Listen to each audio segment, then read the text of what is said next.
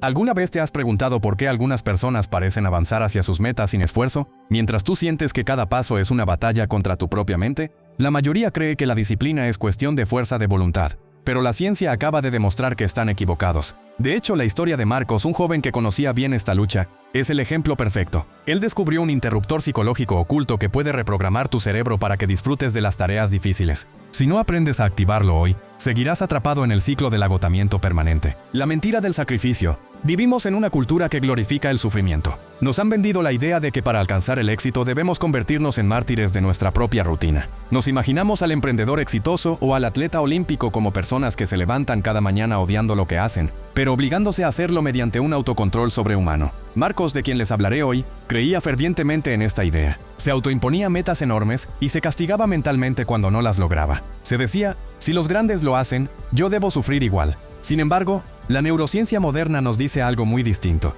Lo que percibimos como una voluntad de hierro es, en realidad, una configuración mental diferente. Los grandes triunfadores no están luchando contra sus deseos internos cada segundo del día. Ellos han aprendido a hackear su sistema de gratificación. Marcos, eventualmente, descubrió este camino. En este video, vamos a desglosar el mecanismo exacto que transforma la disciplina de una carga pesada en una fuente de satisfacción. Vamos a entender cómo pasar de la resistencia interna a la fluidez absoluta, permitiéndote alcanzar tus metas sin sentir que te estás consumiendo en el proceso, tal como lo hizo Marcos. El agotamiento del ego y el mito de la voluntad. Para dominar este truco, primero debemos entender por qué los métodos tradicionales fallan. Existe un concepto en psicología llamado agotamiento del ego. Imagina que tu fuerza de voluntad es como la batería de tu teléfono. Cada vez que te resistes a un dulce, cada vez que te obligas a responder un correo aburrido o te levantas temprano, esa batería se descarga. Para cuando llega la noche, tu capacidad de tomar decisiones racionales es casi nula. Por eso la mayoría de las dietas se rompen en la cena y por eso procrastinas tus proyectos más importantes al final del día. Marcos experimentó esto en carne propia. Pensaba que le faltaba carácter, pero la realidad era que su fuerza de voluntad se agotaba rápidamente. Por ejemplo, si pasaba toda la mañana en reuniones difíciles donde tenía que autorregular sus respuestas y tomar decisiones complejas, por la tarde era casi imposible concentrarse en su proyecto personal o ir al gimnasio. Su cerebro, detectando la constante lucha interna, activaba una señal de estrés y le pedía a gritos buscar el placer inmediato.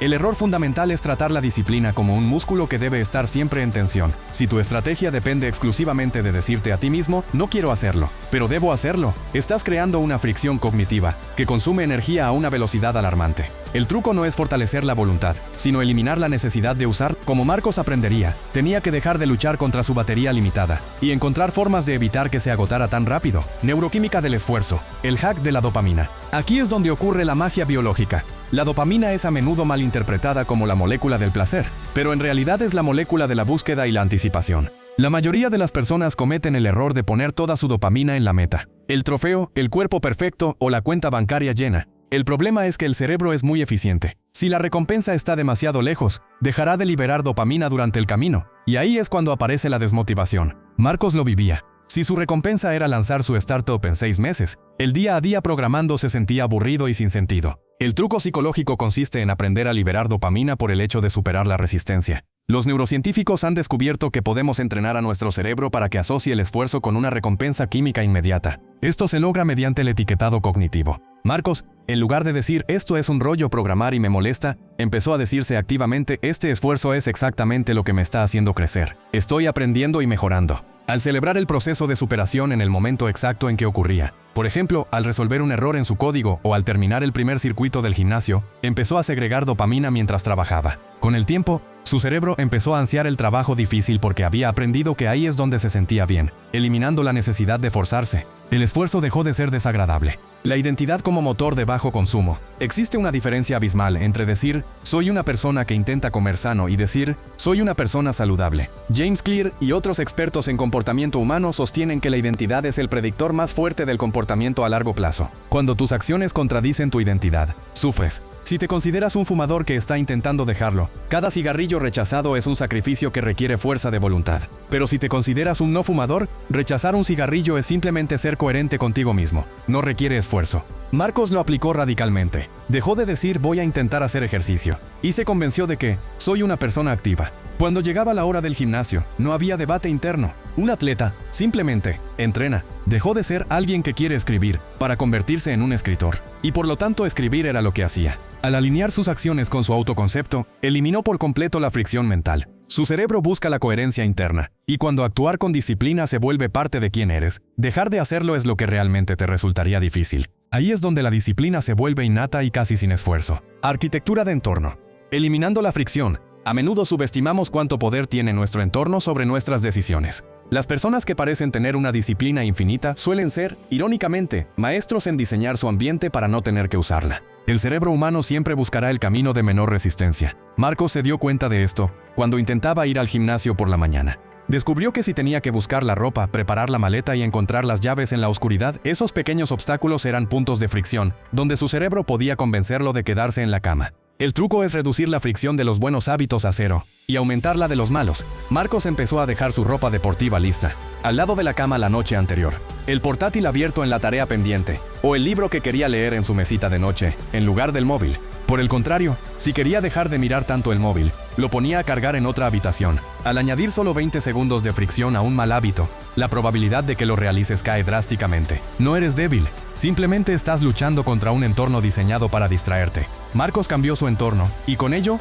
cambió su comportamiento sin mover un solo músculo de su fuerza de voluntad. El poder de las microvictorias. Para consolidar este nuevo sistema, debemos hablar de la escala. El cerebro se siente abrumado por la magnitud de las grandes metas, lo que genera parálisis. El truco final es la fragmentación extrema. Marcos, por ejemplo, no intentaba construir una rutina de 2 horas de programación desde el primer día. Empezó con 5 minutos de código. El objetivo no era el progreso físico o intelectual en esos 5 minutos, sino la validación de su nueva identidad y la creación de un hábito. Cada vez que Marcos cumplía con una tarea pequeña, estaba enviando una señal potente a su sistema nervioso de que eres alguien que cumple su palabra. Estas microvictorias generaban pequeñas ráfagas de dopamina que reforzaban el circuito del hábito. Con el tiempo, la inercia se vuelve tan fuerte que el esfuerzo necesario para continuar es casi inexistente. Marcos pasó de empujar una roca cuesta arriba a ver cómo esa roca, gracias a pequeñas y constantes palancas, rodaba por sí sola hacia la meta. La trampa de la perfección y el permiso para fallar, un detalle que pocos mencionan y que Marcos tuvo que aprender, es que la disciplina sin esfuerzo requiere autocompasión. La mayoría de las personas abandonan sus metas no porque sean perezosas, sino porque son demasiado duras consigo mismas cuando fallan un día. Si rompes tu racha y te castigas mentalmente, tu cerebro asociará tu meta con sentimientos de culpa y vergüenza. Adivina qué hace el cerebro para escapar de la culpa. Busca placer inmediato, como redes sociales o comida basura. Es un círculo vicioso. El truco psicológico aquí es la regla de nunca falles 2 veces. Si Marcos un día no pudo cumplir con su objetivo de estudio, acéptalo sin drama y retoma al día siguiente. Se dijo, un día es una excepción, 2 es el inicio de un nuevo hábito.